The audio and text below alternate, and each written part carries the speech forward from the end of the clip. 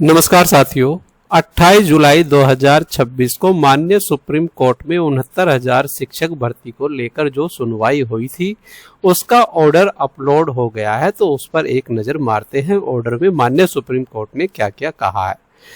21/273/2024 सारी औपचारिकताएं हमने पूरी कर ली है। Diary number 38554 Ravi Kumar Saxena versus Uttar Pradesh सरकार। तो चलते हैं सीधे ऑर्डर की तरफ।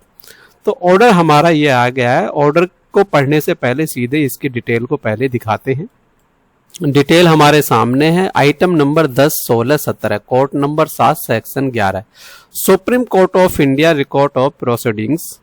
तो ये हमारा केस नंबर 21/273/2024 सामने है। तो सीधे ऑर्डर की तरफ आते हैं बिना देरी करे। ऑर्डर हमारा सामने आ गया है। लिखा हुआ है upon hearing the council the court made the following order, है ना। ऑर्डर का बिंदु नंबर 1, बिंदु number list all the special leave petition on 4 अगस्त 2026। कहने का मतलब यह है सुप्रीम कोर्ट ने आदेश दिया है कि 69,000 शिक्षक भर्ती से जुड़ी सभी एसएलपी की अगली सुनवाई 4 अगस्त 2026 को होगी। बिंदु नंबर 2 को पढ़ते हैं। बिंदु number 2, the state of Uttar Pradesh in affidavit has suggested ways and means for filling up the vacant post. यानी कि उत्तर प्रदेश सरकार ने अपने शपथ पत्र में रिक्त पदों को भरने के लिए विभिन्न उपाय और सुझाव प्रस्तुत किए हैं। अब इसके बाद बिंदु नंबर 3 क्या कहता है। बिंदु नंबर 3 पर नजर मारते हैं। तो बिंदु नंबर 3 कहता है, बिंदु by 31 July 2026 the party to the proceedings as well as the intervener shall be at liberty to provide meaningful suggestions as regard acceptability of the proposal of the state of Uttar Pradesh as contained in its affidavit and forward the same to Mr. Mandeep Kalra, Lord Counsel at his email ID, who shall collate the same and place it for further consideration of this court।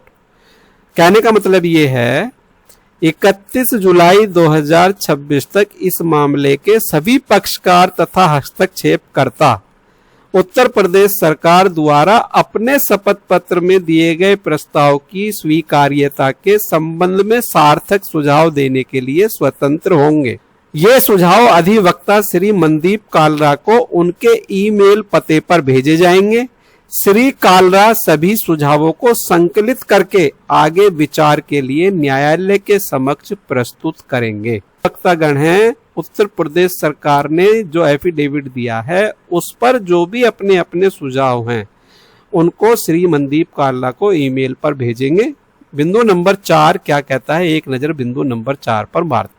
Upon consideration of the suggestions of the parties, we propose to consider whether to exercise our power under Article 142 of the Constitution of India to bring in end to the long-standing dispute of the hear the parties on the merits of the special leave petitions on future dates and give a reasoned decision.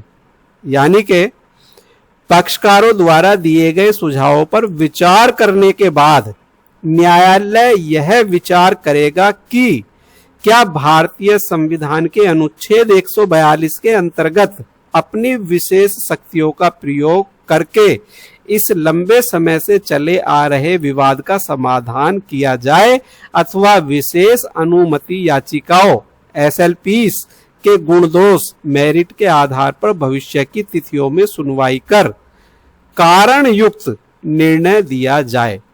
तो साथियों, सारी चीजें आपने समझ ली होंगी। सभी आप बुद्धिजीवी हैं, शिक्षक हैं, तो इससे ज्यादा मुझे समझाने की कोई जरूरत शायद नहीं है। तो जानकारी आपको अच्छी लगी है तो वीडियो को लाइक करें, वीडियो को शेयर करें, और यदि आपने हमारा चैनल सब्सक्राइब नहीं किया है तो चैनल को सब्सक्राइब कर लें। इसी के साथ मैं आपको एक चीज और दिखाता हूं जो अभी एक नई एसएलपी या आईए इसमें जुड़ी हैं। तो साथियों 69,000 शिक्षक भर्ती विवाद में माननीय सुप्रीम कोर्ट में आज 29/7/2026 को 225 नंबर पर एक नई आईए देखने को मिल रही है, 21/78/97/2026।